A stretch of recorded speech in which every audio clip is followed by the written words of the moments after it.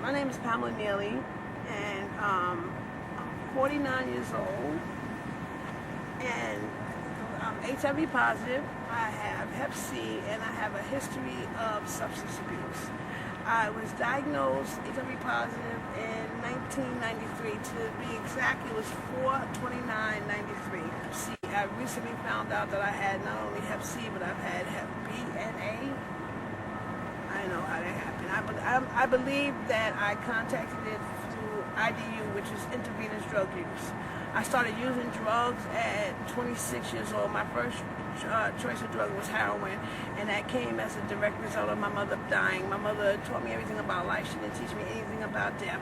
And I thought at the time that I was going to be sniffing cocaine, and unbeknown to me, it was heroin. And I fell instantly in love with it because it seemed to have taken all my pain away at the time. It was just like a horrible experience. I had a nervous breakdown at that time. I was a size 26 and a half. In less than a month, in August 9th, I had gotten rearrested. I hadn't gotten arrested over 10 years when I was in college, and I was working, and I was doing good with my life, and when my mother died, everything just seemed to go to pot. But I had a nervous breakdown. I went from a size 26 and a half clothing to a 3/4 in a month's time. I couldn't sleep until I had all contributed to her death. I didn't know anything, and once I got involved with drugs, I knew nothing. I knew what I seen with people, but I didn't know personally what I could do to stop. I just know that I was unhappy doing what I was doing, and I didn't really have a lot of information about HIV or any of that. And the way I went to get tested, it was because all my friends was getting a check from social services for HIV. They didn't know what to do with people with HIV, so they just kept giving them money to stay in hotels. And I noticed this, and that's what made me go get tested. And it was just a horrible experience because I didn't get pre or post-test, pre-counseled for my testing. I actually drew my own blood. The technician said that when I told him what test I was there for, he refused to do it. So I drew my own blood, and when they called me for my results, the doctor just said, you have the AIDS, and next patient.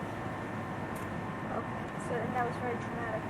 Extremely traumatic. Extremely traumatic. And because of the drug use, the incarceration came back into play. Prior to that, I hadn't been in any trouble. I had got arrested when I was 17, and I did a whole year at that time. But when I came home I got my GED while I was incarcerated. I was telling the doctors, nobody had gone to school within 5 years. This was in 1978, and no one had attended school since 1973, I believe it was. So I was the only person attending school, and I went just because it was important for me to get a diploma when my classmates got their diploma, and I did. I received my diploma, and the jail was actually helpful to me in acquiring my grant money, DOG, and a TAB grant.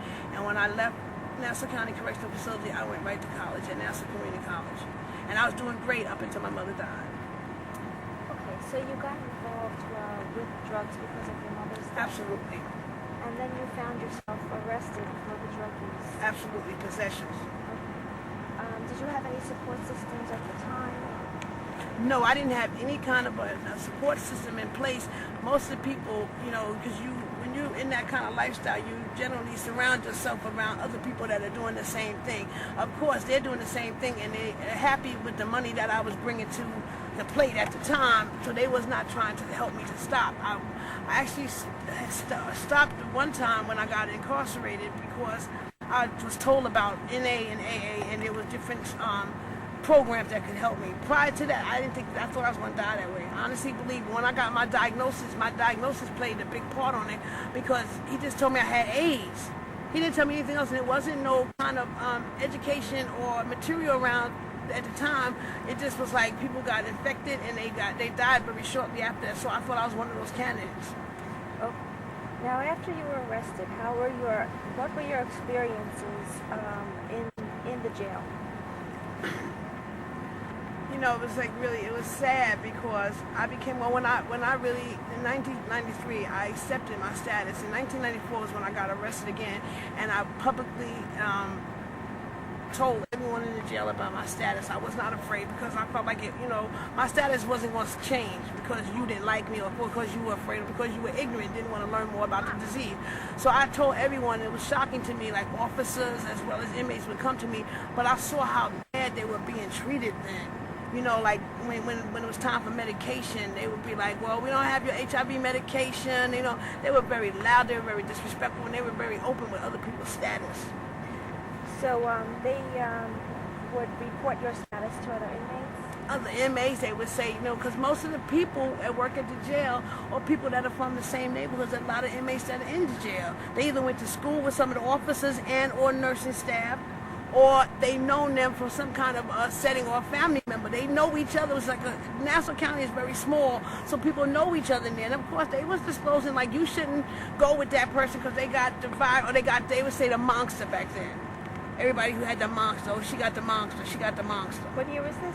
1993, 94. Oh. So you felt there was lack of education? Absolutely. There was no material in there. I mean, things have slowly changed over the years, but there was no materials, nothing available for people with the virus the way I am. Okay. So you got your follow-up at the hospital? At the hospital. At that time? Which is right next door, yes. Okay. Day living in being incarcerated. For me, because I'm like a sponge. I love to learn. I was always reading something, and I've always felt like I had to help fight for people. It was very sad when I realized my surroundings that I was dealing with a lot of people who were illiterate. So they couldn't really fight for themselves because they couldn't read or write. So they would and they didn't want other people to know that they couldn't read or write. So when they went to their doctors and the doctors were talking to them about medication, they would just say, okay, yes, yes, yes. But the reality of it is they didn't know what they were talking about because they couldn't understand. So I always felt that it was like, maybe my purpose in life was to be a voice for people who couldn't speak for themselves. So I used to do that in there. I did that a lot. I even started a group for people who are HIV positive. I started my own group. I put I wrote to the warden at the time and asked for permission to put my flyers around, and I gave them a copy of the flyers, just letting people know that I was HIV positive and that they could write to me and or come see me, or come to the group. It's request to come to the group. The group got bigger and bigger and bigger, and it was scary to me because it made me realize that this is where most of the population of people who are positive are.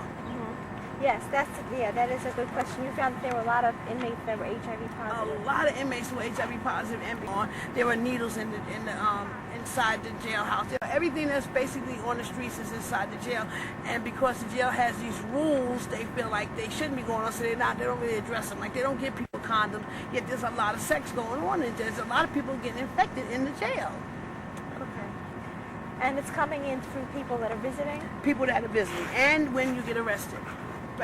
When a woman gets arrested, she puts it up in her vagina, or a man in his anus, and they bring it into the jail, the facility, to avoid more charges and to have drugs while they're in there. Here's a needle. How do they get that within the jail?